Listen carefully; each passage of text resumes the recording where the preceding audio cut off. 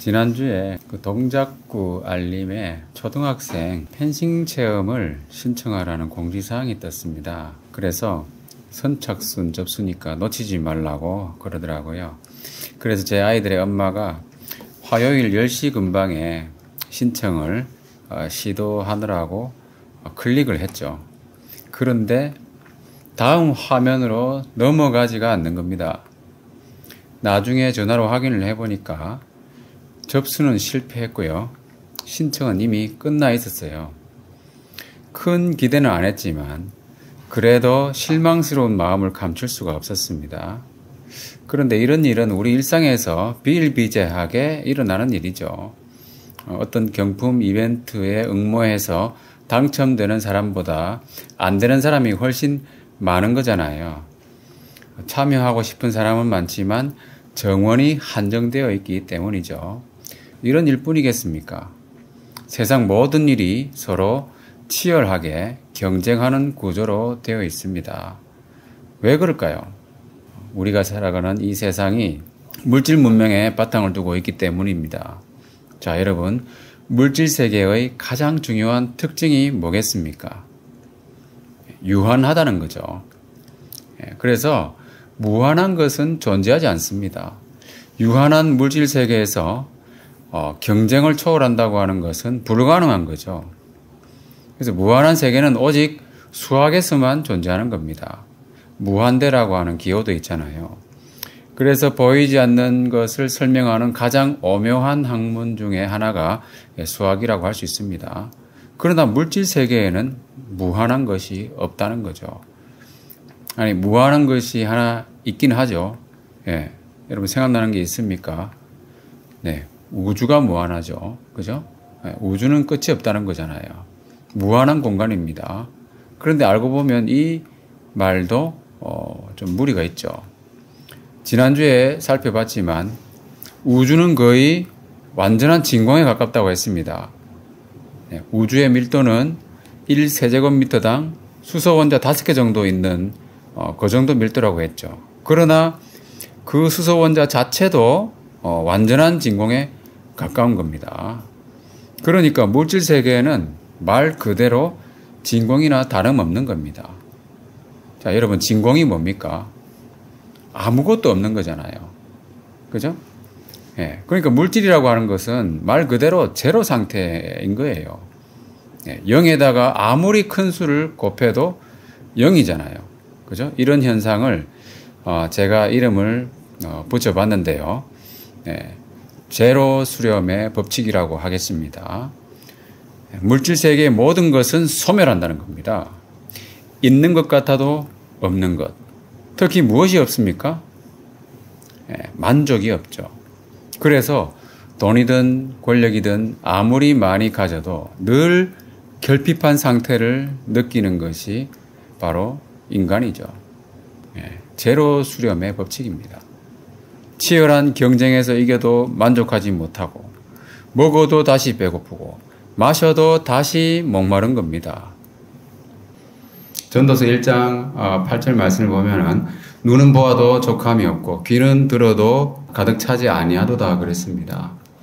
완전한 승리도 없고 완전한 평화도 없고 완전한 만족도 없는 겁니다. 그래서 불완전한 세상입니다. 그런 세상에 사는 인생은 얼마나 허망한가. 그래서 유한한 물질 세계만 바라고 보고 살면 그 인생은 무상할 뿐이에요. 그러나 우리에게는 기쁜 소식이 있습니다. 그 유한하고 불만족스러운 삶을 극복할 수 있는 길이 있죠. 오늘 본문 말씀에 보면은 아주 큰 잔치에 사람들을 불러 모으는데 아직도 자리가 있다고 했어요. 예. 이 잔치는 하나님 나라의 잔치를 예수님께서 비유로 말씀하신 것인데요. 필요한 모든 것이 풍족하게 구비되어 있는 큰 잔치입니다. 그리고 모든 사람에게 열려있는 잔치죠. 그래서 사람들을 부르러 가서 원하는 사람은 누구든지 오라고 했습니다. 그랬는데도 아직도 자리가 있다고 한 거예요. 정원이 제한되어 있는 그런 유한한 잔치가 아니라는 말씀입니다. 신청했는데 접수에 실패하는 그런 일이 발생하지 않는다는 거예요. 응모하기만 하면은 100% 당첨되는 이벤트입니다. 그죠? 경쟁을 초월한 거예요. 그리고 하나님 나라의 잔치에 참여한다고 하는 것은 우리가 경험할 때 어떤 불만족스러운 그런 잔치가 아니라는 거예요. 잔치집에 가보면 어떻습니까? 소문난 잔치집에 먹을 게 없다고 하잖아요. 그죠? 예. 하나님 나라의 잔치는 그렇지 않다. 완전한 만족을 보장하는 겁니다. 예수님께서 뭐라고 하셨냐 하면 내게 오는 자는 결코 줄이지 아니할 터이요 나를 믿는 자는 영원히 목마르지 아니하리라. 주님께서 마련하시는 잔치는 다시 목마르지 않고 다시 배고프지 않는 거예요. 완전한 만족과 기쁨이 있는 잔치입니다. 그래서 오늘 본문의 말씀에서 하나님 나라에서 음식을 먹는 사람이 복이 있다고 그랬어요. 경쟁을 초월한 것뿐만 아니라요. 뭐든지 풍족하게 얻을 수 있기 때문에 완전히 만족할 수 있는 그게 바로 하나님 나라예요. 그래서 우리 그리스도인이 속한 이 하나님 나라는 진정한 블루오션이라고 할 수 있습니다. 한때 여러분들 들어보셨겠지만은 경영 전략으로 블루오션이라고 하는 용어가 유행했었죠. 고기가 많고 넓고 푸른 바다를 말하는 겁니다. 그 반대말은 뭐겠습니까? 레드오션이죠.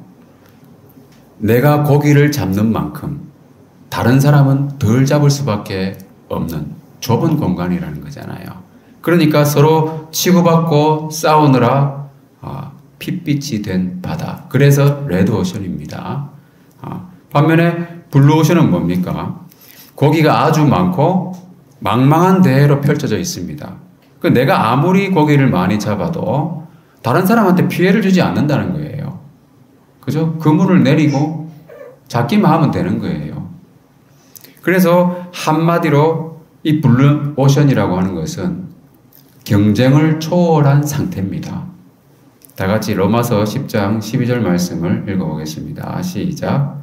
한 분이신 주께서 모든 사람의 주가 되사 그를 부르는 모든 사람에게 부요하시도다. 네. 주님을 찾는 모든 자에게 우리 주님은 부요하신 분이라고 그랬어요. 어떻게 이게 가능합니까? 하나님은 무한하신 분이기 때문에 그런 거예요. 모든 것을 풍족하게 해주시는 분이죠. 내가 은혜를 많이 누린다고 해서 다른 사람이 적게 누리는 게 아니라는 거예요. 피해를 주지 않는다는 겁니다. 오히려 주님 뭐라고 하십니까? 구하는 이마다 받을 것이요 찾는 이는 찾아낼 것이요 두드리는 이에게는 열릴 것이다 라고 말씀하고 계신 거예요. 왜냐하면 우리 하나님은 무한하신 분이기 때문에 그렇습니다.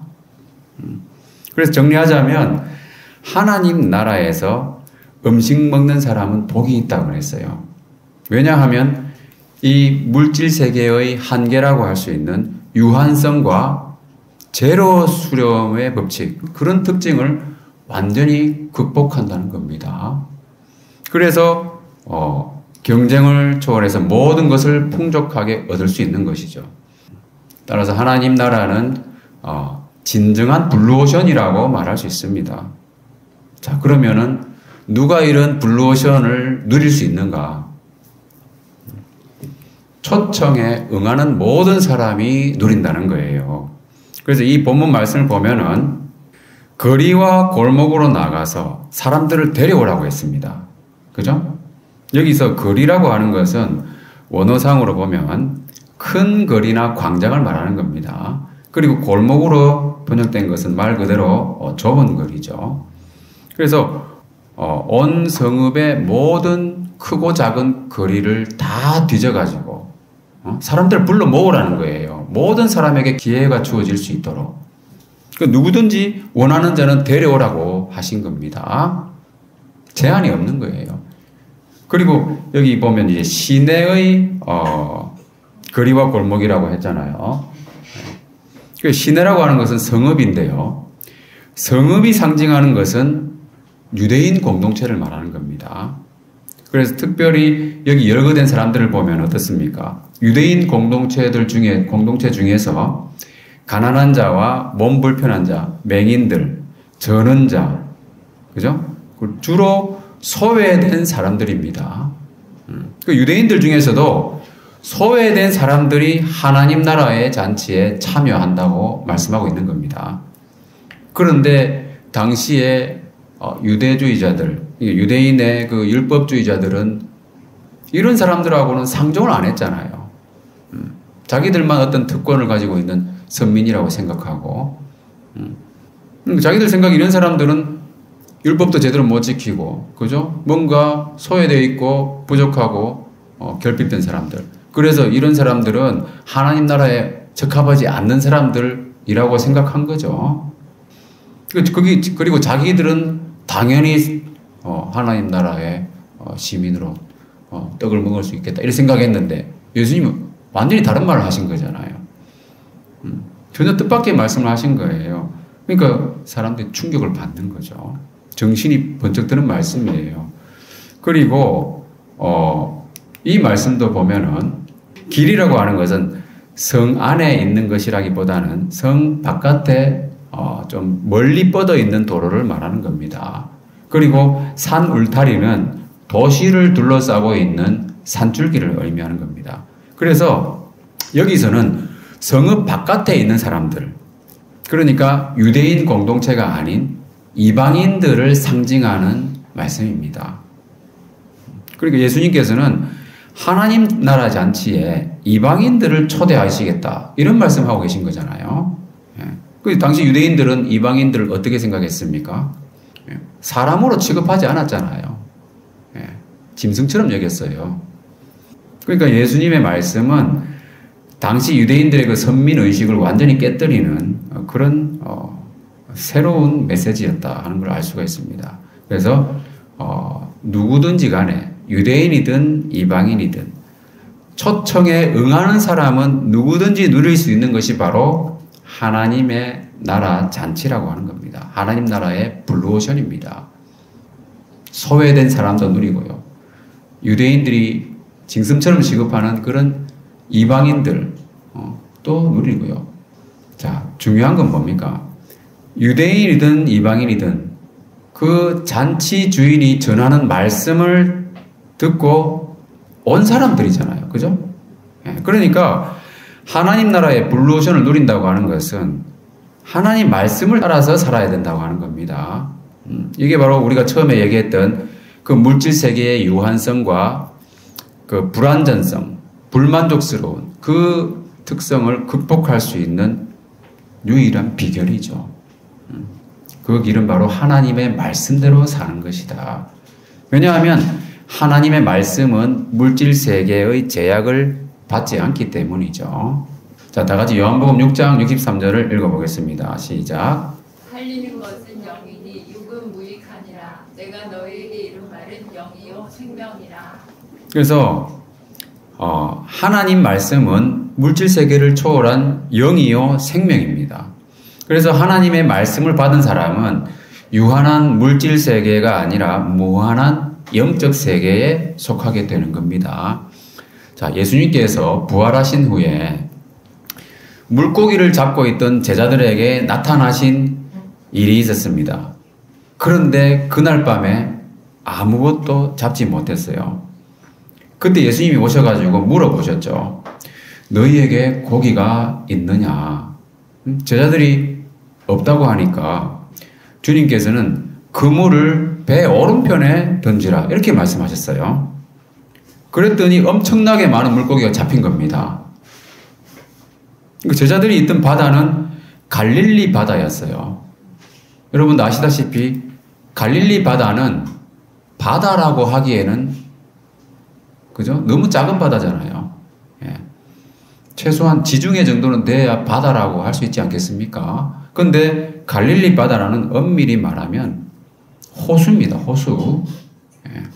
그래서 좁은 바다. 그러니까 레드 오션도 아니고, 그죠? 레드 씨보다도 더 좁은 바다. 그죠? 엄밀히 말하면 호수라는 거죠. 그런데 예수님의 말씀대로 했더니 어떻게 됐습니까? 물고기가 많아서 그물을 들 수 없을 정도였어요. 자, 11절 말씀을 보시면은 그물이 찢어질 정도로 엄청나게 많은 물고기가 잡혔다고 되어 있어요. 그럼에도 불구하고 그물은 찢어지지 않았다는 거잖아요. 자, 배 오른편과 왼편에 무슨 구별이 있길래 이런 일이 발생하는 겁니까? 똑같지 않습니까? 그물을 내리면은 배 아래 물속에는 배 오른편이나 왼편이나 아무 차이가 없잖아요. 그죠? 무슨 차이냐? 예수님의 말씀이 없었다면 이런 일이 발생했겠느냐는 겁니다. 주님의 말씀이 있고 없고의 차이죠. 주님이 말씀이 없었다면 물고기가 잡혔겠는가? 자, 그래서 주님의 말씀이 없이 행하는 일은 레드오션에서 행하는 일이에요. 그리고 주님의 말씀 따라 사는 것은 블루오션에서 사는 겁니다. 왜냐하면 주님의 말씀은 제약이 없고, 그죠? 무한하고요. 경쟁을 초월한 거잖아요. 한 분이신 주님께서 모든 사람의 주가 되셔서 그를 부르는 모든 사람에게 부요하시기 때문입니다. 다 같이 시편 말씀을 읽어볼까요? 시작. 내가 보니 모든 완전한 것이 다 끝이 있어도 주의 계명들은 심히 넓으니이다. 네, 주의 계명들이라고 하는 것은 하나님 말씀에 대한 여러 표현들 중에 하나죠. 자, 하나님 말씀은 심히 넓은 블루오션입니다. 물질 세계의 유한성을 초월한 영적 세계의 완벽한 블루오션이죠. 그리고 마지막으로 우리가 살펴볼 것은 세상 일에 분주한 사람은 결코 맛볼 수 없는 것이 바로 이 하나님 나라의 블루오션입니다. 자, 본문의 말씀들을 보면은 처음 초청을 받은 사람들은 다 일치하게 사양했어요. 어떤 사람은 밭을 사서 못 오고 어떤 사람은 소 5결이를 사서 시험해야 하니까 못 온다고 했습니다. 5결이면 소 10마리잖아요. 얼마나 소 한 마리가 얼마나 비쌉니까, 여러분? 그 대단히 부유한 사람이에요. 그죠? 또 어떤 사람은 결혼해서 못 온다고 했습니다. 자, 경제적으로, 사회적으로 성공하고 안정된 사람이에요. 그런 사람들은 그다지 영적인 관심이 없습니다. 여러분, 세상에서 성공한다는 것은 무엇을 의미합니까? 경쟁사회잖아요. 그죠? 그 레드오션에서 다른 사람을 누르고 올라간 거잖아요. 레드오션에서 다른 사람을 이긴 거예요. 그런 사람은 많은 경우에 자기가 이루어낸 그 성공을 포기할 수가 없습니다. 그래서 자기 성공에 더 집착하게 되고 오히려 더 큰 욕심을 가지게 되는 거죠. 그렇지 않은 사람도 물론 있겠지만은 세상적인 출세와 성공이 진정한 행복으로 이어지기가 참 어렵습니다. 그리고 성공할수록 그 막중한 책임감을 갖게 되잖아요. 그리고 그에 따른 스트레스가 어마어마하다고 합니다. 그러나 이 성공하고 출세하는 것은 그 자체가 선악의 문제는 아니잖아요. 그죠? 성공하고 출세하는 것은 선도 아니고 악도 아닌 거예요. 그러나 영적인 관심을 빼앗는다면은, 그죠? 그 성공이나 출세에 대해서 심각하게 고려해 봐야 되는 겁니다. 자기의 우선순위를 점검해 봐야 된다는 것이죠. 그런데 여기 보면은 거절하는 어투가 점점 더 완고해지는 것을 볼 수가 있습니다. 자, 처음에는 양해해달라라고 공손한 표현을 하고 있는데 마지막 사람은 뭐라고 했습니까? 아예 못 가겠다고 단호하게 이야기하잖아요. 단호한 거절을 하는 거예요. 이런 사람은 말을 붙이기도 거북스럽잖아요. 요즘과 같은 그런 시대의 모습 아닙니까? 사람들은 하나님의 말씀에 대해서 예전에 비해서 한층 더 냉담해진 것을 알 수 있습니다. 시대적인 특성이기도 하겠지만 교회에도 책임이 많죠. 교회가 본연의 역할이 아니라 엉뚱한 일에 몰두하거나, 그죠? 정치 세력화된다거나, 그죠? 기업화된다거나, 뭐 그런 거잖아요. 그리고 강단에서 하나님의 말씀이 선포되지 않고 사람의 교훈을 전하는 그런 잘못된 메시지, 그런 것들이 중요한 이유가 될 수 있습니다. 참 안타까운 일이 아닐 수 없죠. 다 같이 이사야 말씀을 읽어보겠습니다. 시작. 오호라 너희 모든 목마른 자들아 물러 나아오라. 돈 없는 자도 오라. 너희는 와서 사 먹되 돈 없이 값없이 와서 포도주와 젖을 사라. 너희가 어찌하여 양식이 아닌 것을 위하여 은을 달아주며 배부르게 먹지 못할 것을 위하여 수고하느냐. 내게 듣고 들을지어다. 그리하면 너희가 좋은 것을 먹을 것이며 너희 자신들이 기름진 것으로 즐거움을 얻으리라. 네, 이 말씀도 구약에 나와 있는 말씀인데 이 말씀도 잔치 참여에 대한 말씀이잖아요. 자, 1절에 보면은 누구든지 값없이 와가지고 잔치에 참여하라. 그런 말씀입니다. 그죠?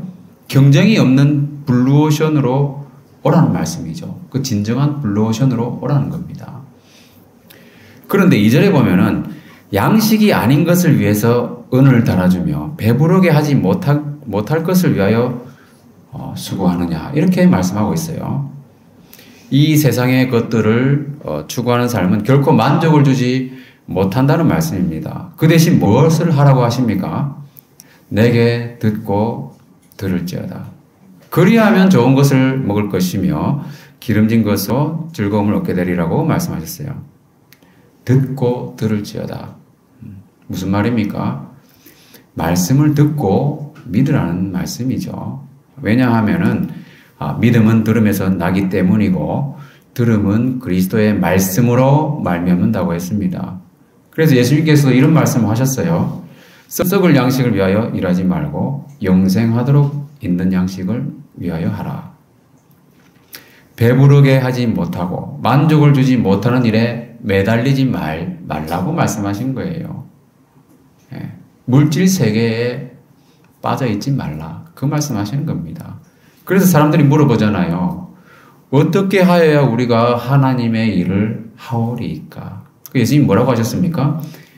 하나님께서 보내신 일을 믿는 것이 하나님의 일이다. 그죠? 듣고 믿는 것이다. 이렇게 말씀하시는 겁니다.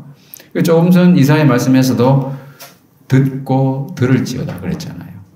그러니까 배부르게 하지 못하는 그런 헛수고가 아니라 믿고 주님 안에 거하고 그죠? 그렇게 할 때에 풍족한 것을 얻게 된다는 말씀이에요.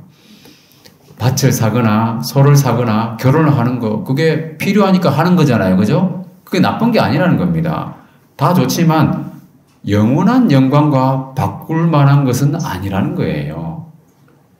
그렇지 않습니까? 여러분 원래 생명 유지에 필요한 가장 중요한 것들은 무료로 제공되는 겁니다. 그죠? 공기가 그렇고요. 냇가에 흐르는 물이 그렇습니다. 무료로 주시는 하나님의 나라, 그 가치를 낮게 평가하는 우리를 보면서는 안 된다는 겁니다. 자, 무료로 주시는 이유가 뭡니까? 그것은 가치가 적어서가 아니라 어떤 값으로도 살 수 없는 무한한 가치이기 때문이죠. 굳이 가치를 따진다면 어떤 가치라고 할 수 있습니까? 그리스도의 피값이에요. 그것은 은이나 금같이 없어질 것과는 비교조차 불가한 보배로운 것입니다. 보배로운 가치예요. 이것은 우리에게 영생을 선물로 주시기 위해서 주님께서 치르신 대가예요. 그죠? 창조주이신 성자 하나님의 피입니다. 무한한 가치를 지니고 있는 겁니다. 그리고 우리가 또 한 가지 주목할 것은 잔치할 때는 반드시 오고요. 잔치집 문은 닫힐 때가 온다는 거예요. 자, 잔치할 시간은 반드시 옵니다. 그때가 되면은 모든 것이 준비되고 문은 닫히겠죠. 그때는 바로 예수님이 다시 오실 때입니다. 주님께서 다시 오실 때까지 모든 사람에게 개방되어 있던 문입니다. 그죠? 그러나 닫힐 때는 온다는 거예요. 영원히 열려있지 않다는 겁니다. 그때가 언제인지는 아무도 모른다는 거죠. 그러나 그때가 오면 문은 한번 닫힌 후에 다시 열리지 않습니다. 그때는 아무리 두드려도 소용이 없어요. 밖에 서가지고 사람들이 두드리잖아요. 그죠? 주여 열어주소서. 나는 너희를 알지 못한다. 주님께서 다시 오실 때는 어떤 때와 같다고 했냐 하면 노아의 때와 같다고 했습니다. 노아가 방주를 지으면서 사람들에게 전파했어요. 그러나 사람들은 노아의 말을 우습게 여겼어요. 방주의 문은 닫혔고 방주의 문이 닫혔는데 아무 일도 없는 거예요. 그죠? 그런데 어떻게 됐습니까? 7일 후에 비가 내리기 시작했습니다. 그죠? 7일 후에 홍수가 땅에 덮였다고 했습니다. 그리고 주님께서 다시 오실 그때는 롯의 때와 같다고 했습니다. 자, 롯이 소돔에서 나가기 전에 사위 될 사람들에게 말했어요. 그때 사위들이 뭐라고 여겼습니까? 그들은 농담으로 여겼어요. 하나님의 심판을 농담으로 여긴 거예요.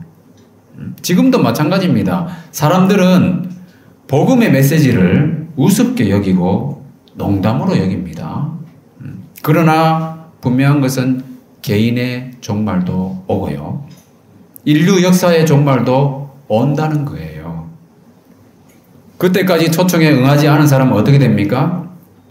그런 사람들은 아무도 하나님 나라의 잔치를 맛볼 수 없습니다. 말씀 마무리하겠습니다. 자, 말씀 마무리하면서 제가 특히 주목하는 것은 주인의 명령입니다. 주인이 뭐라고 했냐면 큰 길로도 가고 좁은 골목길로도 가라고 했어요. 그래서 만나는 사람들 데리고 와라. 그리고 성 밖으로도 나가라. 그리고 사람들을 강권하여 데려와라. 이렇게 말했습니다. 자, 우리가 전도할 때 과연 이런 마음으로 하고 있는가? 좀 더 경각심을 가지고 신앙생활을 해야 되지 않겠는가? 그리고 복음을 좀 더 부지런히 전해야 되지 않겠는가? 왜냐하면 문이 닫힐 때는 반드시 오고요. 그때 천국과 지옥이라고 하는 것은 더 이상 환상적인 말이 아니라 현실이 된다는 거예요. 따라서 우리는 오늘 본문에 나오는 이 주인의 명령이 곧 하나님이 주신 선교 사명임을 기억해야 됩니다. 우리 스스로가 먼저 하늘나라 잔치에 들어갈 자로서 경건에 이르기를 힘쓰고요. 또 주변 사람들에게 부지런히 알리는 생활을 해야 되는 거예요. 그리하여 지금은 힘들고 어려울 수 있지만 나중에 누릴 수 있는 그 칭찬과 영광, 그것을 바라보면서 좁은 문으로 들어가시기를 주님의 이름으로 축원합니다.